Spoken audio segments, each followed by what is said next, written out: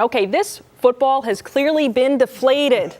In the NFL, though, it's not as obvious. This does not belong to the New England Patriots. They've got their own 11 underinflated footballs they're dealing with right now. Today, the Patriots coach and the Patriots quarterback had to answer to Deflategate. Essentially, both said, hey, don't look at me. Miami Dolphin Rob Conrad fought back tears today as he shared his incredible story of survival publicly for the first time. The Magic are 9-12 on the road this season. That's not bad. They're 4-12 at home. That is bad. The NFL got it dead wrong today. The league had the chance to take a stand against domestic violence, and it didn't. What is an NFL playoff weekend without controversy in the Cowboys? Last week, they benefited from a decision by the refs.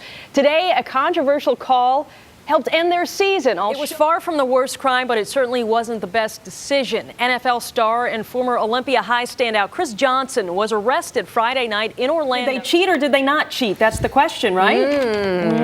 Deflategate. The New England Patriots are likely tired of hearing about it, so their head coach decided to talk about it today. Bill Belichick called a surprise press conference this afternoon to defend his organization. 11 of the 12 game balls the Patriots used last weekend against the Colts were found to be underinflated.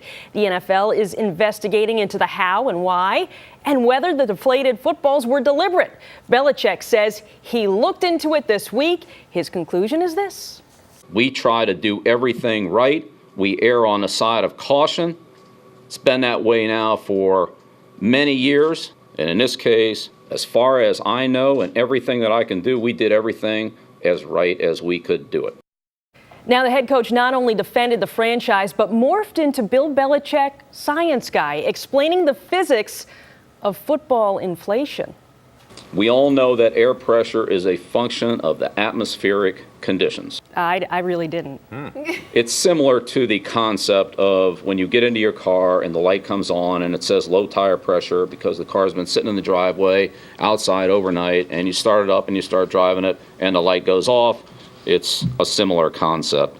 Okay, that's happened to me before. So the atmospheric conditions as well as the true equilibrium of the ball is critical to the measurement. Right. Whatever he just said. I think most of America, though, is ready to talk about that. Super Bowl Sunday, it's 8 days away in Glendale, Arizona. A 6:30 kickoff next Sunday between the Patriots and Seahawks. We can talk actual football pretty soon. New England is the slight favorite. Well, in 6 weeks, you can bet the Orlando City Lions will have all their gear in tip-top shape. They will be more than ready to kick off their first season in Major League Soccer March 8th at the Citrus Bowl against New York City. The team wants 60,000 of you there. Now, expansion teams in pro sports are not supposed to make the playoffs. One season is not enough to develop the kind of chemistry to compete with the best. The Lions won't make the postseason. That's what Orlando City is hearing from naysayers outside of Central Florida. But as the Lions prepare for year one of MLS, their motto is to defy expectations.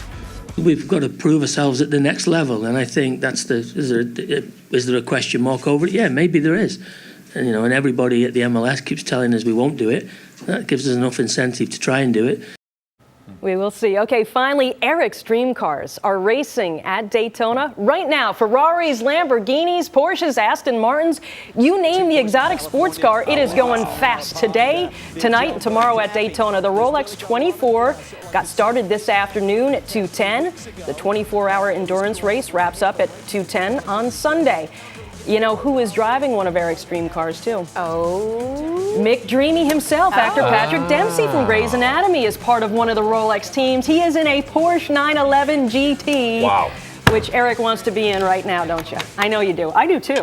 So, guys, those cars are so if you awesome. didn't like McDreamy, now you have a reason to like him. Exactly. Yeah. Exactly. I love that car. Yeah, it's a great car, isn't it? Yes, one day. Jamie, thank you. We will be right back. Jamie C. introduces us to the puzzled surfer.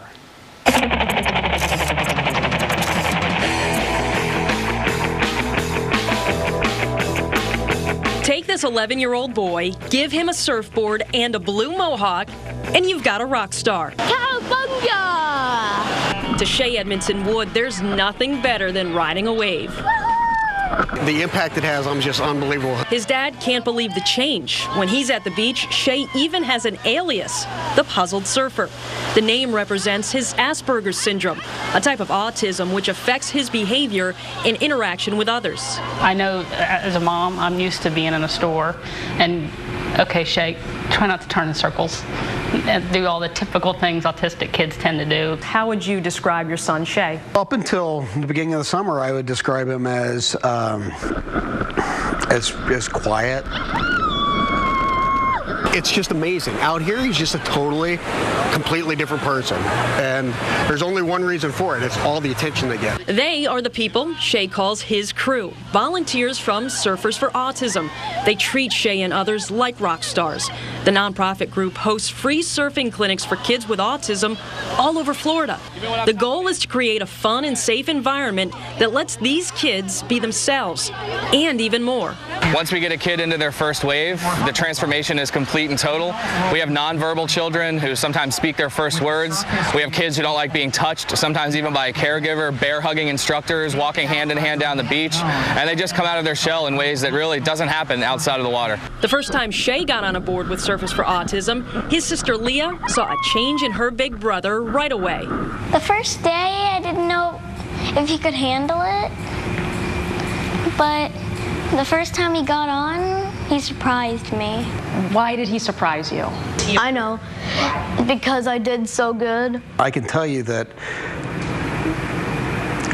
when he's at these events and he's got all of this incredible confidence, and he's so excited and he's outgoing. The surfing clinics may be free, but travel is not. So his mom and dad set up a website, puzzledsurfer.com. It tells Shay's story and raises money. Shay, is surfing hard to do? You just have to keep doing it to get good at it. So you want to keep doing it for a while, don't you? Yep, so I can become the master.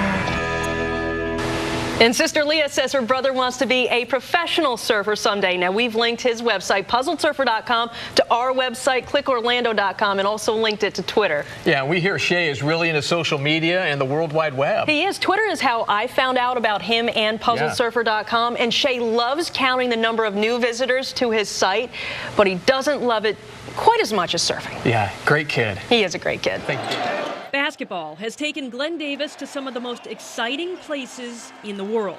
But Big Baby, the Louisiana boy, told me home is where his heart is. It's in my blood.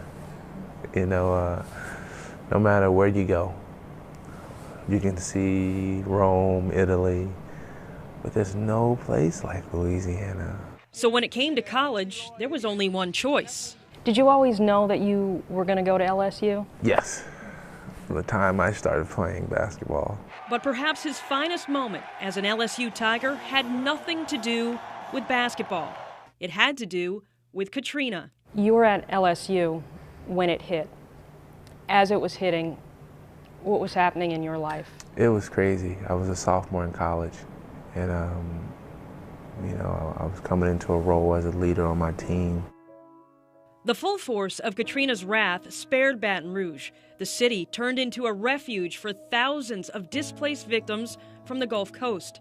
The LSU campus was a sanctuary, and its basketball arena, where Davis spent countless hours playing a game, became an 800-bed hospital. You knew you had to help when you were there? Most definitely. As a captain, you know, I had my team together and said, hey guys, we need to go try to make a difference. They set up beds, assisted doctors, nurses, patients, and consoled families who had lost so much. It changed my life in a lot of ways to see people going through this and to also see how many people that just care.